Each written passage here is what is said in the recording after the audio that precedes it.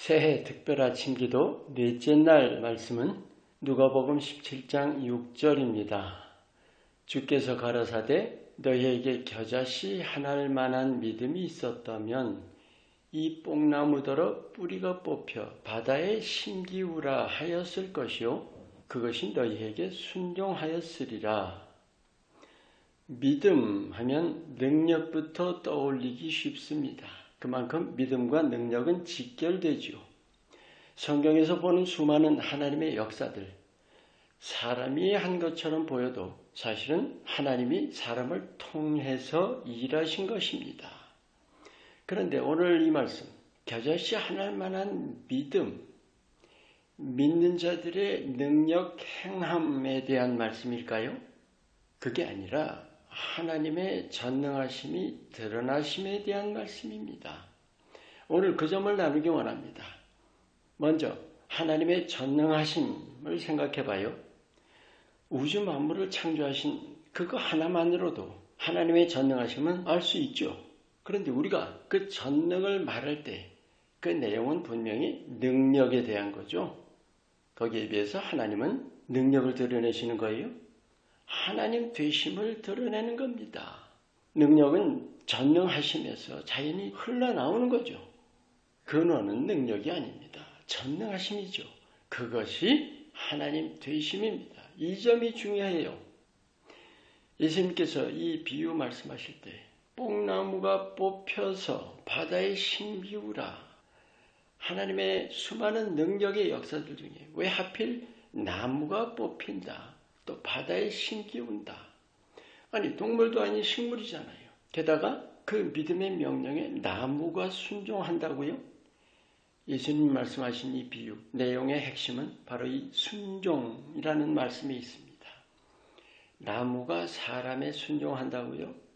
믿음을 통해 나타나시는 하나님에 대한 거예요. 능력이 아니라 하나님 되심입니다. 모든 일에서 사람의 초점은 하냐 못하냐, 즉 능력이죠. 하지만 하나님이 보여주시는 것은 하나님 되심이에요. 늘 나누죠. 동사로 말하는 것과 형용사로 말하는 것, 그 차이. 우리 믿음에서 하나님이 뭘 하시는가 하는 문제 중요하죠. 하지만 그보다 하나님이 일하시는 뜻과 하나님이 일하시는 바탕을 깨우치는 것이 훨씬 더 중요합니다. 그거 없이는 우리가 믿음을 바로 세울 수 없기 때문입니다. 그럼 이제 하나님의 뜻에 대해서 생각해 봅니다. 하나님의 뜻은 한마디로 하나님 나라죠. 그래서 사람들 속에서 일하십니다. 아시죠? 애초부터 하나님 나라를 만드실 수가 없습니다. 그래서 흙으로 우리를 지으시고 우리 모습을 하나님 나라에 합당하도록 바꿔 가셔야 하는 거죠.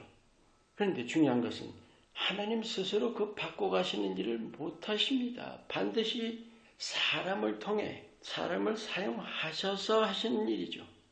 그 유일한 길이 바로 우리의 믿음입니다.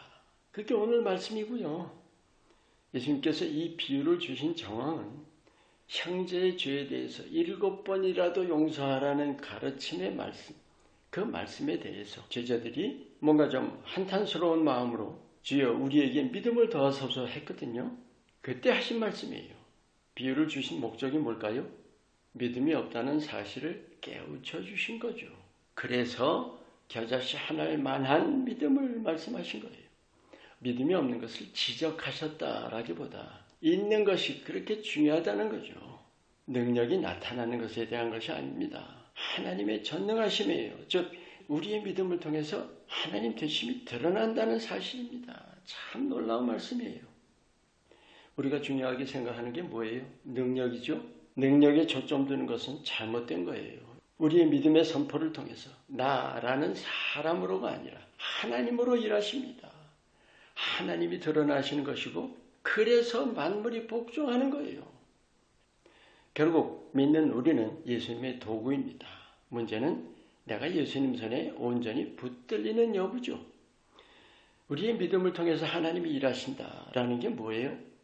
전능하신 하나님이 우리를 도구로 쓰신다는 믿음, 그리고 그 믿음으로 담대히 선포하는 거예요.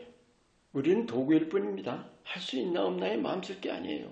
그건 벌써 능력이 초점인 거죠. 사람이 초점이고 일하시는 주체는 내가 아닌 나와 함께 하시는 예수님입니다. 네, 믿음을 통해서 예수님, 즉 하나님 되심이 드러나십니다. 아멘.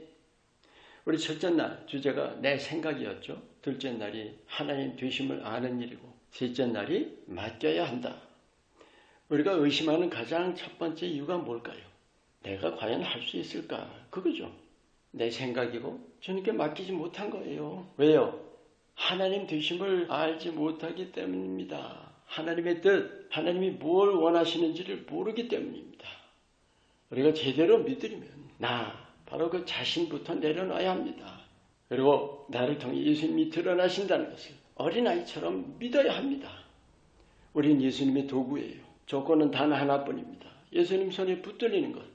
그게 뭐예요? 내가 사라지는 거죠. 내 생각도, 내 존재도, 내 삶도 없어요. 나 아닌 예수님이 사시는 것, 바울이 고백하는 것처럼요. 믿음의 삶은 매 순간이 믿음의 선포입니다. 그리고 믿음을 행하는 것이고 우리가 믿음을 행할 때마다 예수님이 드러나십니다. 능치 못할 일이 없습니다. 아멘. 예수님께서 우리 하나하나를 사용하셔서 하나님의 역사를 이루어가기 원하십니다.